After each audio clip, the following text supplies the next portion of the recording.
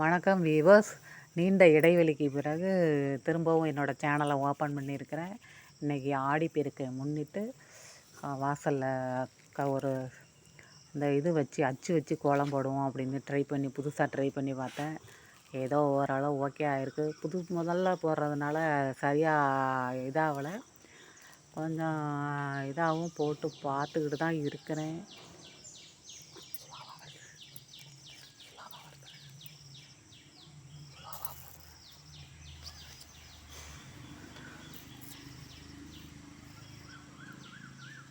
ஒரு மணி நேரம் கொடுத்தீங்கன்னா நான் குளிச்சு மேய்ஞ்சி எல்லாத்தையும் கொண்டு வந்துடுறேன். உடனே வேணும்.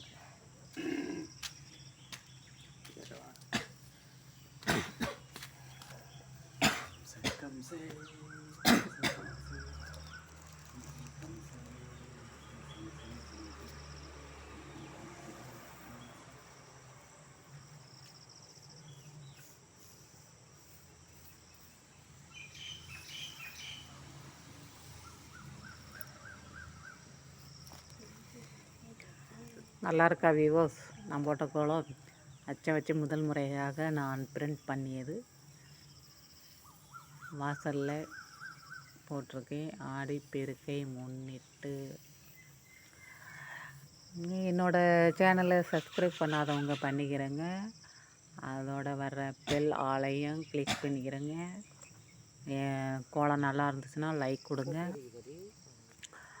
இதில் பார்டர் லைன் கட்டிகிட்ருக்கேன். பார்டர் லைன் போட்டால் ஓரளவு கோலம் ஓகே ஆகும், நல்லா அழகாக இருக்குமே அப்படின்னு போட்டு காவி கலர் அடித்து போட்டுக்கிட்டுருக்கேன்.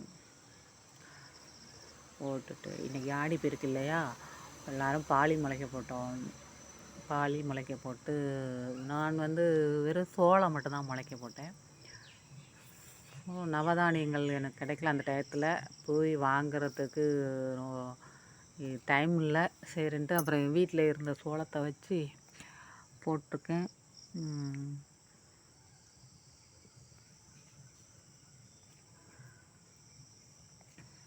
5 நாளையிலே பரவாயில்ல, ஓரளவு வளர்ந்துருக்கு என்னோடய சோளம். என்னோடய கோலம் பார்க்க எப்படி இருக்குது, நடுவுக்குள்ளே வெல்கம் 2 கை கும்பிட்டுக்கிட்டு வெல்கம் போட்டிருக்கோம். இங்கிட்டு ரங்கோலி டிசைன் நல்லாயிருக்கா, நானாக செலக்ட் பண்ணி எடுத்துகிட்டு வந்தது. நான் போன தடவை திருச்சி போயிருந்தப்போ வாங்கிட்டு வந்தேன். வாங்கிட்டு வந்து போட்டுட்ருக்கேன். ஒரு நாள் நான் வாசலில் போட்டது கிடையாது. இப்போ தான் ஆடிப்பெருக்க முன்னிட்டு சரி போடுவோம் அப்படின்னு போட்டுட்ருக்கேன்.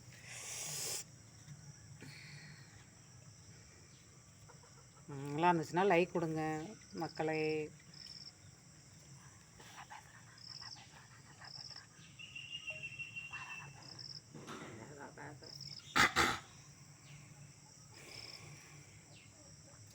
இதெல்லாம் இப்போ போய் கற்றுக்கிட்டு அப்புறம் ஈஸியாக பண்ணிடலாம். இந்த வீடியோ எடுத்து ஓரளவு கோலம் ஃபினிஷிங்கில் வந்துடுச்சு. ஃபினிஷ் பண்ணியாச்சு கோலத்தை. போட்டு முடிச்சாச்சு, அவ்வளோதான். அடுத்தது பாலியை பார்க்கலாம். என்னோடய பாலியை பாருங்கள், சாமி ரூமில் வச்சுருக்கேன். 5 நாள் தான் ஆகுது. நல்லா வளர்ந்துருக்கு பாலி, ஓரளவு பரவாயில்ல, நல்லாயிருக்கு. அடுத்தது பிரம்ம முகூர்த்தத்தில் எப்போது நான் விளக்கு போடுவேன்னா, என்னுடைய பழைய பூவெல்லாம் எடுத்துகிட்டு புது பூ வச்சிட்ருக்கேன். அன்னபூரணி தாயாருக்கு வச்சாச்சு, குபேர விளக்குக்கு வச்சாச்சு, நில விளக்குக்கு வச்சாச்சு. அடுத்து கோமாதாவுக்கு வச்சிட்ருக்கேன். அடுத்து வாராகி அம்மனுக்கு, அடுத்து திருமதி ஏழுமலையானுக்கு, திருப்பதி வெங்கடாஜலபதிக்கு,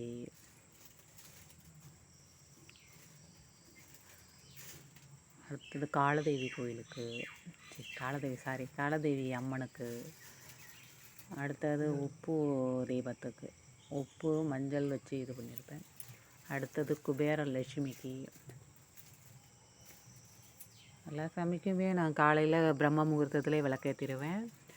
விளக்கேற்றிட்டு தான் நான் மற்ற வேலைகளெல்லாம் எப்போதுமே ஆரம்பிப்பேன்.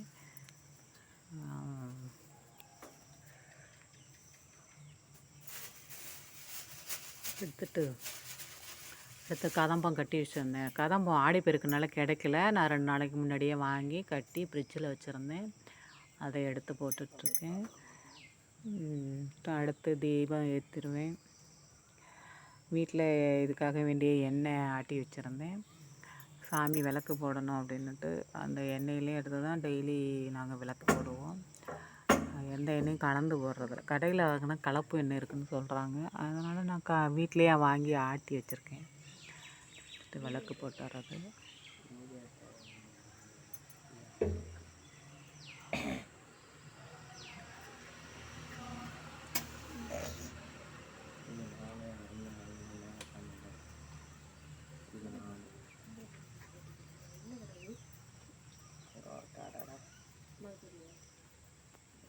ரவுண்டானா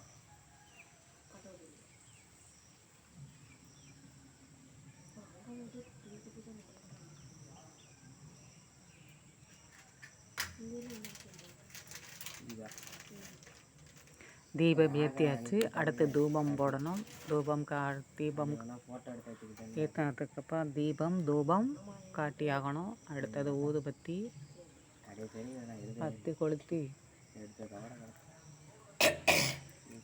ஆராதனை காட்டிட்டு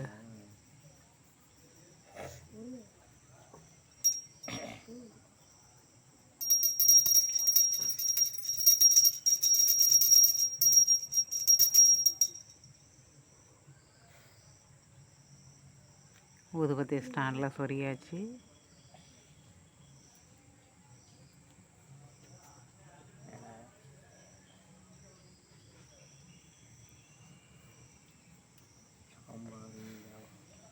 இதெல்லாம் வீடியோ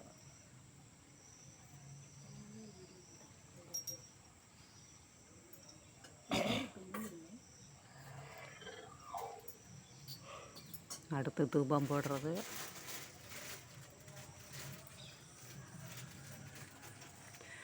பிரம்ம முகூர்த்தத்தில் பண்ணுறதுனால அது நெருப்பு உண்டாக முடியலை. அதனால் நான் வந்து ரெடிமேட் சாம்பிராணி வாங்கி வச்சுக்கிட்டு அதை தூபம் காட்டிடுறது. அது நல்லா வாசமாகவும் இருக்குது. அதுலேயே நான் பண்ணிடுறது.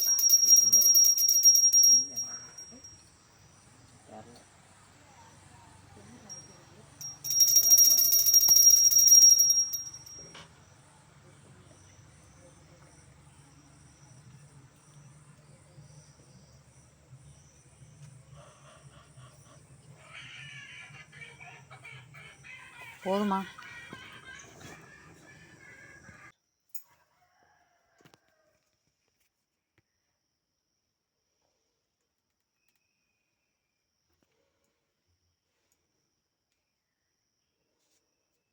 அவ்வளோதான் எடுத்துகிறேன்.